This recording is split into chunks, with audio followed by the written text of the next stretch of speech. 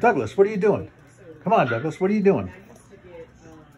Never realized how much Chihuahuas like to run, like to win.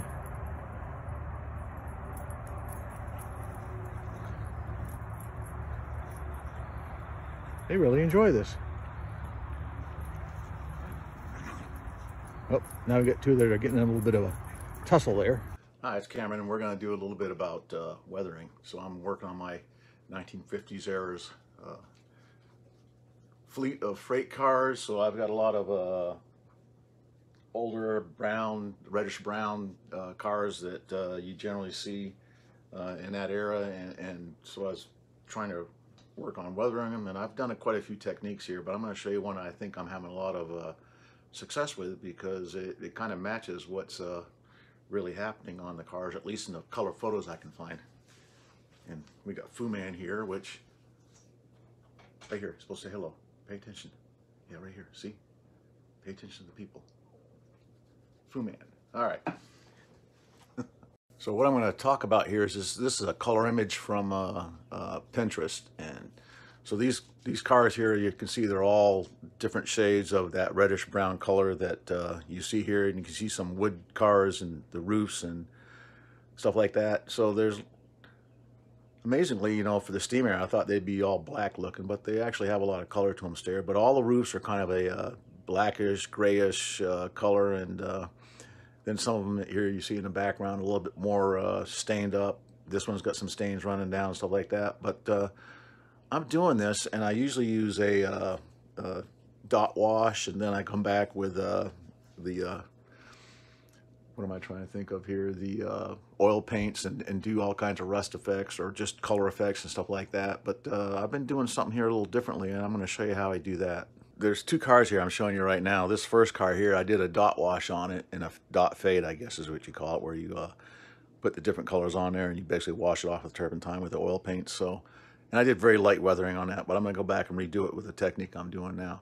Now this is a wood box car, and an AccuRail kit, and I've kind of gone back now with this technique I'm using today on these cars, and I'm going to hit most of the cars down there in the layout like this, at least from this 50s era things, because I like that look to it. It's got the I still maybe have to put a little gray on some of the top of them, but I can do that with pastels.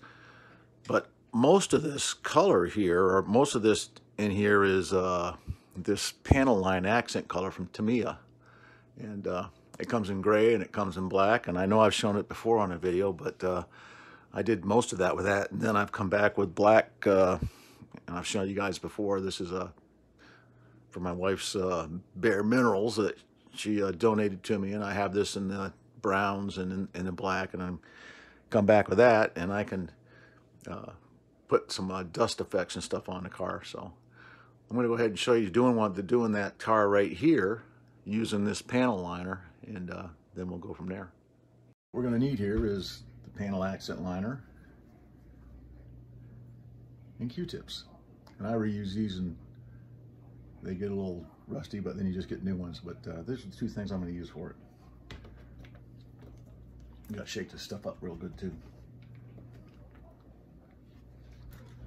So I'm just going to dab it on here where there's bolts,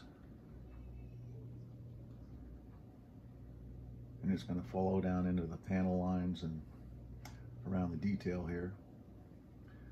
And it'll look not so great when you first start out with it, but it will improve as you go along once you start spreading it out with the Q-tips.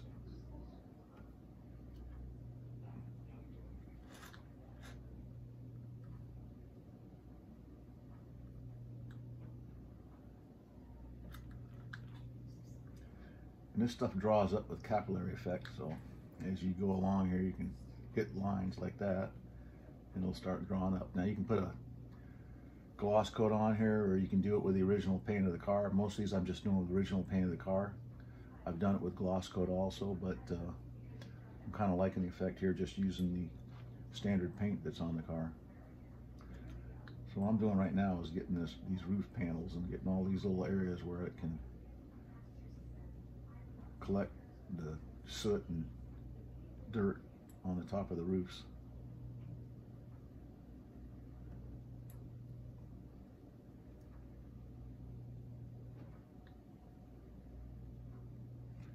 Yeah, some spots I'll get it a little heavier than others. It doesn't matter. Do the other side here, then we're going to wash it down with Q-tip.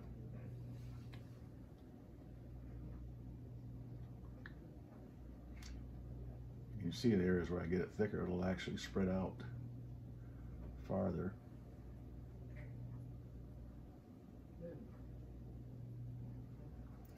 There we go.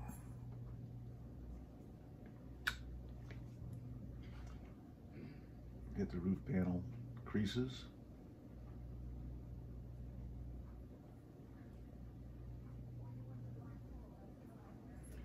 There we go.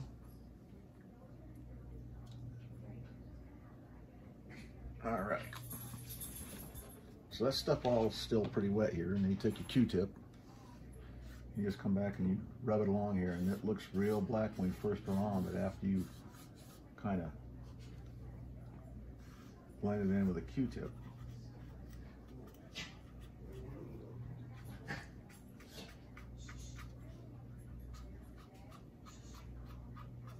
it'll have a much better look.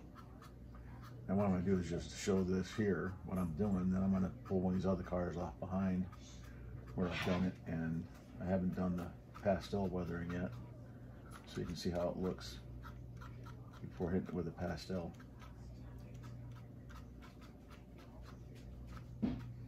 You always go in the direction of the flow where gravity would draw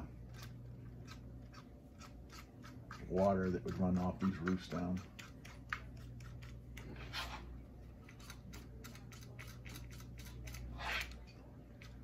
So you get a natural effect to it.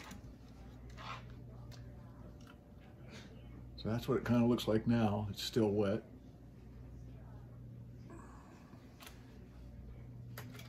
But after it's had a chance to dry, it's much more subtle. And I've done that same thing over this whole car, so even down the sides I've used that. Ends of the car. And I think that captures that look I showed you in the beginning of the video of the cars from that time period in the 40s and 50s, where we still had a lot of steam locomotives. They're not real badly weathered. I didn't see a whole lot of rust on almost all the cars. I just saw basically grays and blacks in it. So that's the first part. And then the second part is to come back. Now this green car, I have already done the effects on it. And I'm just going to quickly show you adding the pastel to it.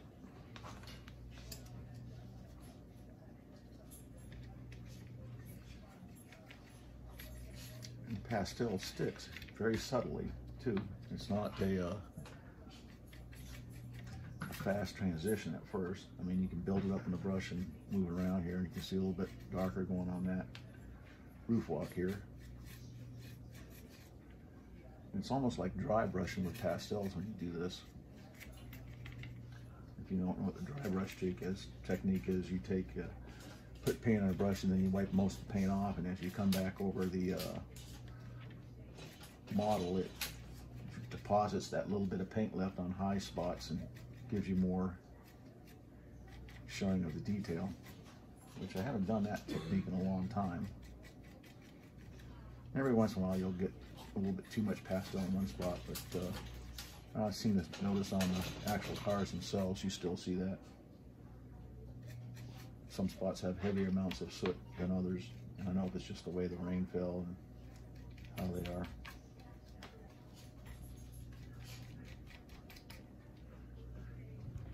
I'm hiding half of this. I'm trying to do this and show you guys what I'm doing at the same time.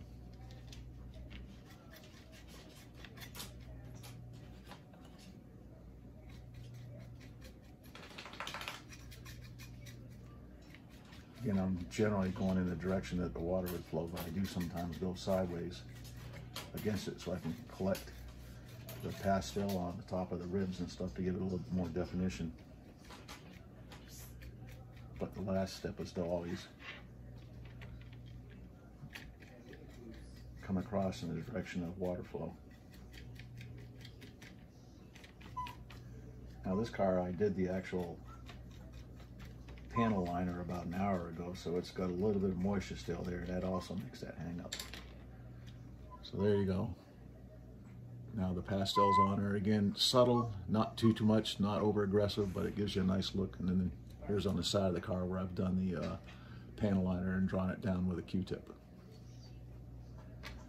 But that's this week's weathering tip, and we'll see you guys later.